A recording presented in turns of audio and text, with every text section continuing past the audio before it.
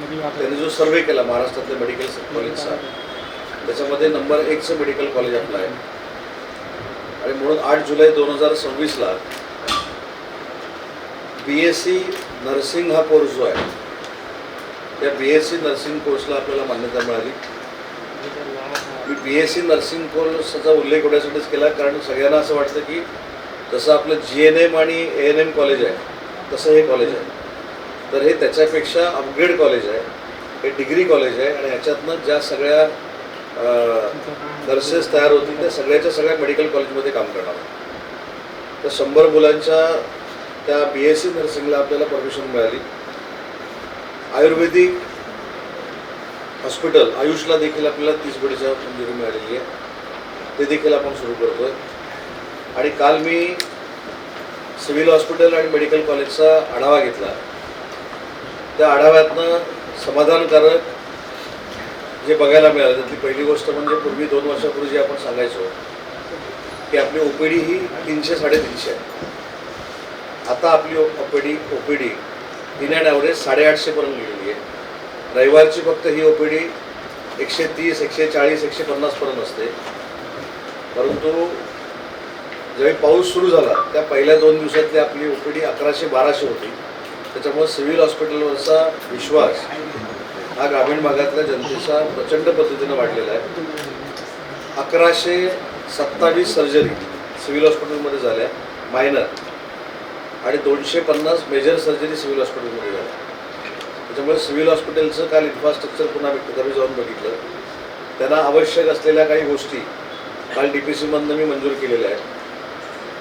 Haemophilia नावाचा जो एक आजार आहे त्याच्या इंजेक्शनला 50 लाख रुपये मी काल मंजूर केलेले आहेत. ऑर्थोपेडिक्ससाठी एक नवीन यंत्रणा लागते, त्यासाठी 20 लाख रुपये काल मी मंजूर केले. आणि ऑक्सिजनचा एक ॲडव्हान्स प्रकार द्यायचा जो प्रायव्हेट हॉस्पिटलमध्ये असतो त्याच्या यंत्रणेसाठी देखील काल मी पैसे मंजूर केलेले आहेत. त्याच्यामुळं आपलं सिव्हिल हॉस्पिटल, तिथले डॉक्टर्स हे अतिशय वेगवान पद्धतीनं ट्रीटमेंट करत आहेत. आणि त्याचा आउटपुट त्यांनी किती आपल्याला येऊन सांगितले मला माहीत नाही, पण आता इथे डीन सर पण आहेत. अतिशय चांगल्या पद्धतीनं आपलं सिव्हिल हॉस्पिटल सुरू आहे. तसंच आपली ग्रामीण रुग्णालयं जी आहेत ती देखील अतिशय चांगल्या पद्धतीनं सुरू आहे. तिथं देखील आपली OPD वाढलेली आहे. लोक आरोग्याची सुविधा प्राप्त करण्यासाठी तिथे येत आहेत, त्यांना चांगल्या पद्धतीनं सन्मानपूर्वक वागणूक मिळते. पण काल अजून एक महत्त्वाचा निर्णय सिव्हिल हॉस्पिटलला मी पालकमंत्री म्हणून घेतला आहे की जिथं महिलांचे वॉर्ड आहे त्या महिलांच्या वॉर्डमधला पुरुषांचा जो वावर आहे हा महिला पेशंटच्या परवानगीशिवाय करू नये अशा पद्धतीची SOP तयार करण्याचा निर्णय मी काल बैठकीमध्ये घेतला आहे. त्याच्यामध्ये जनरल महिला वॉर्ड जो आहे, महिलेला ॲडमिट करताना 3-4 नावं अगोदरच फॅमिलीची घ्यावीत आणि त्याच्यापैकी एखादा जर तिथे राहत असेल तर त्यालाच अलाव करावा.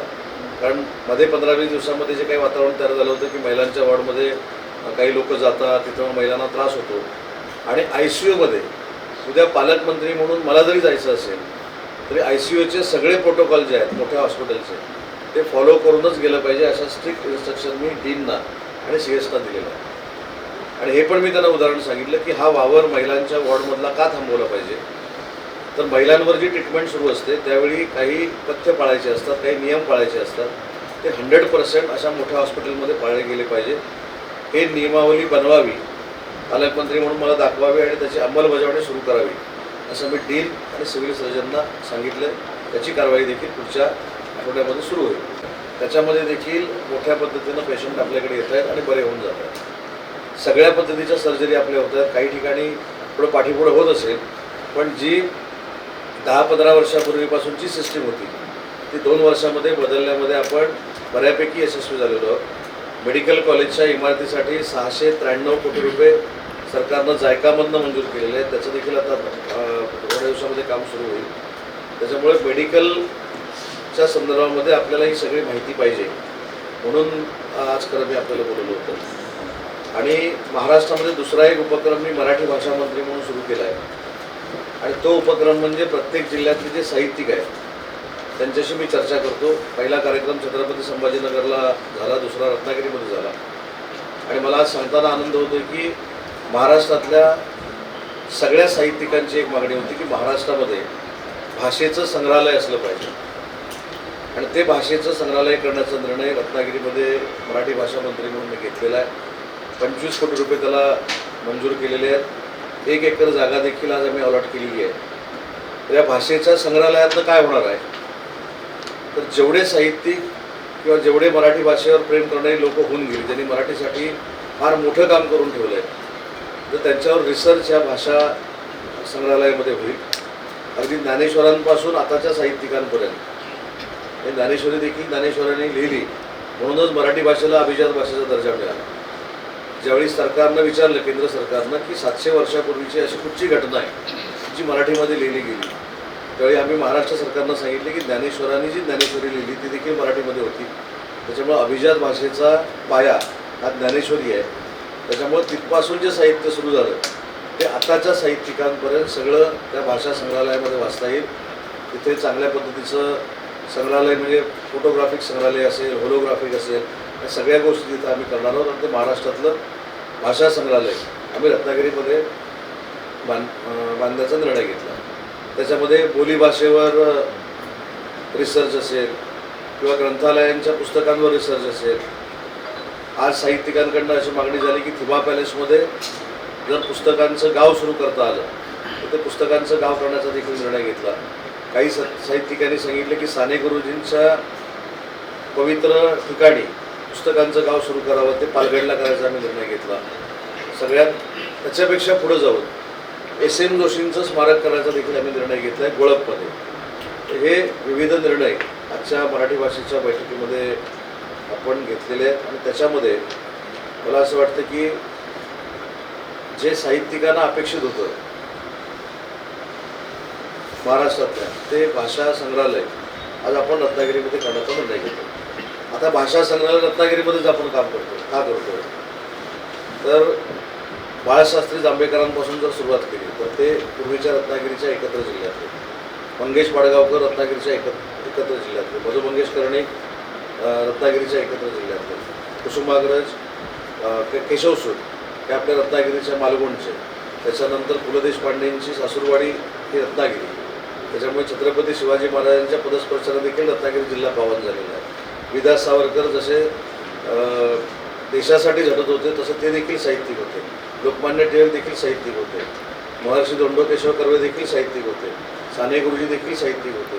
त्याच्यामुळे ही सगळी डॉक्टर बाबासाहेब आंबेडकर देखील आपल्या रत्नागिरी जिल्ह्यातले, त्याच्यामुळे ही सगळी दिग्गज मंडळी ज्यांनी मराठीवर प्रेम केलं ती रत्नागिरी जिल्ह्यातली होती आणि म्हणून रत्नागिरी जिल्ह्यामध्ये मराठी भाषा संग्रहालय उभारण्याचा अभियान घेतला। रत्नागिरी नगरपालिकेची जी कामं चालू आहेत, अगदी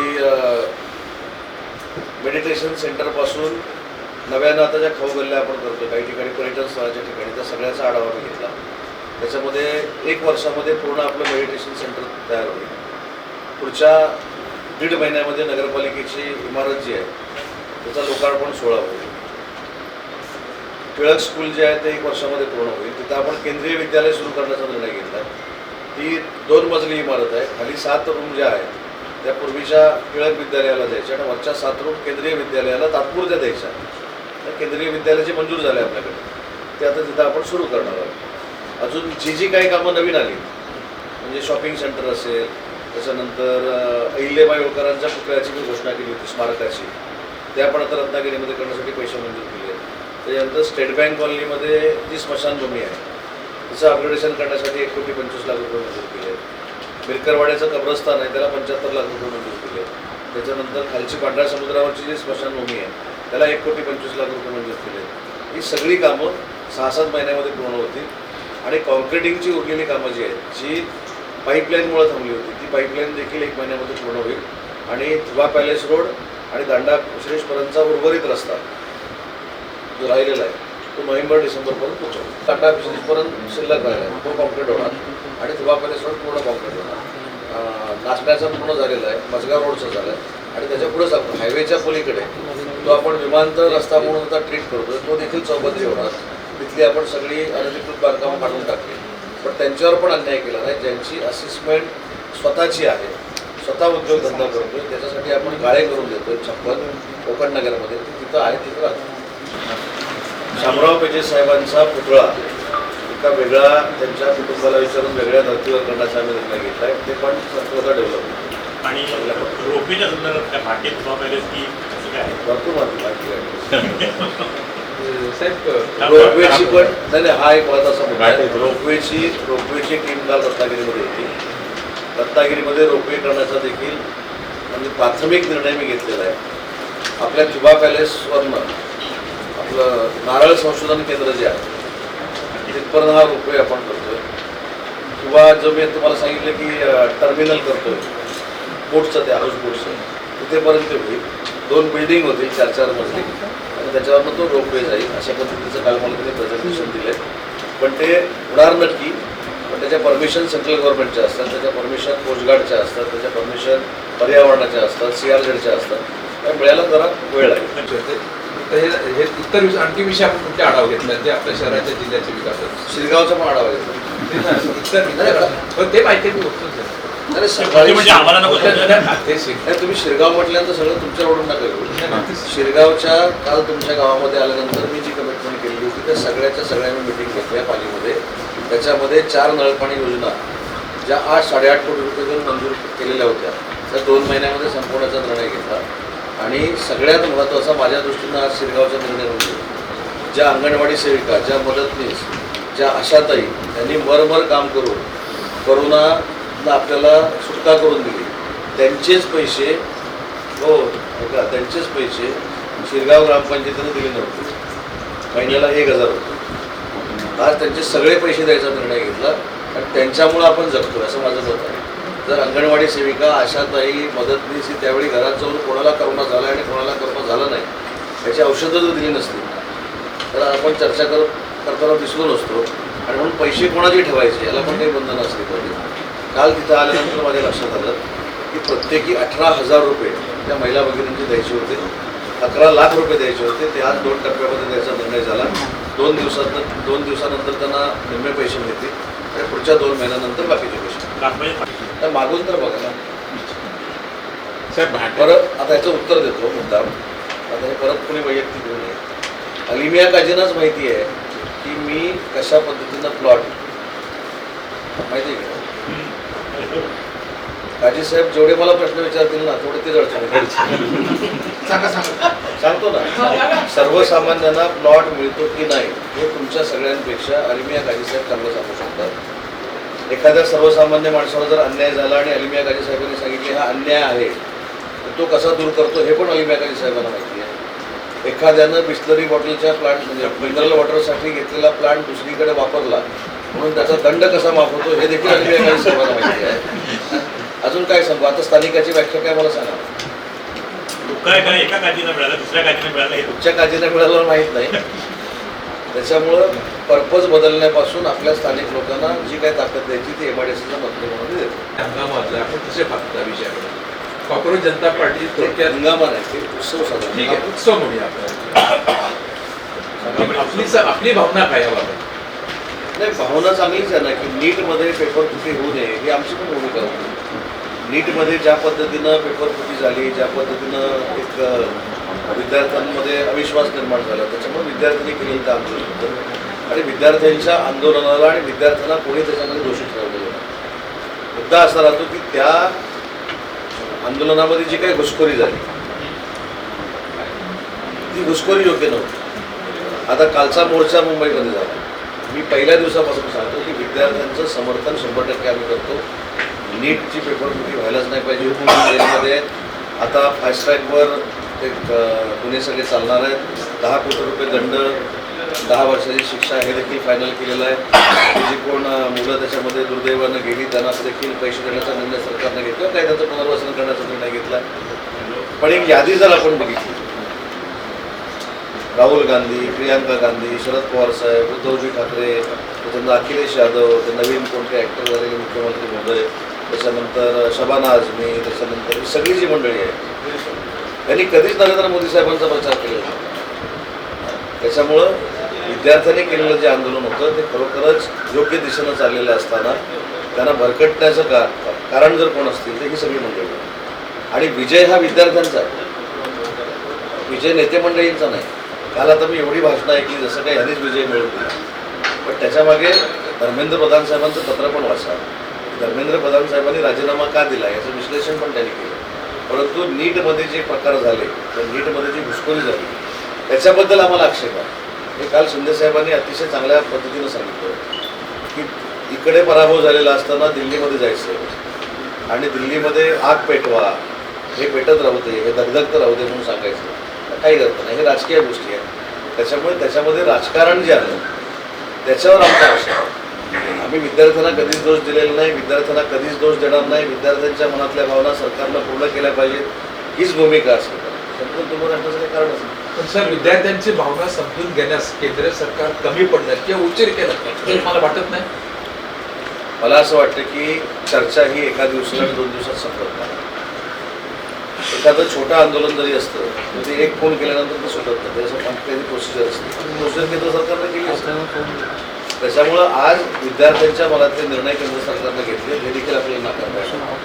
केंद्र सरकारनं घेतलेली भूमिका ही विद्यार्थ्यांच्या हिताची भूमिका आहे आणि भविष्यामध्ये असे प्रकार घडणार नाही त्याची दक्षता राज्य सरकारनं आणि केंद्र सरकारनं घेतली पाहिजे. याचा काय परिणाम भविष्यात होऊ शकतो का राजकारणावर की अन्य काय देशामध्ये याचा काय मेसेज जाऊ शकतो की हा विजय झाला, विद्यार्थ्यांचा आग्रह होणार, कॉर्पोरेट जनता पार्टी पुढे येऊन काय घडामोडी होऊ शकतात त्या देशामध्ये बघू ना आपण. सर, राजनाथ सिंगने एक स्टेटमेंट अजून 3 वर्ष 3.25 वर्ष निवडणुकीला तर काहीच म्हणणं नाही. आपल्या जिल्हा प्रमुखाने अक्षय घेतला खास पत्रकार परिषद घेऊन.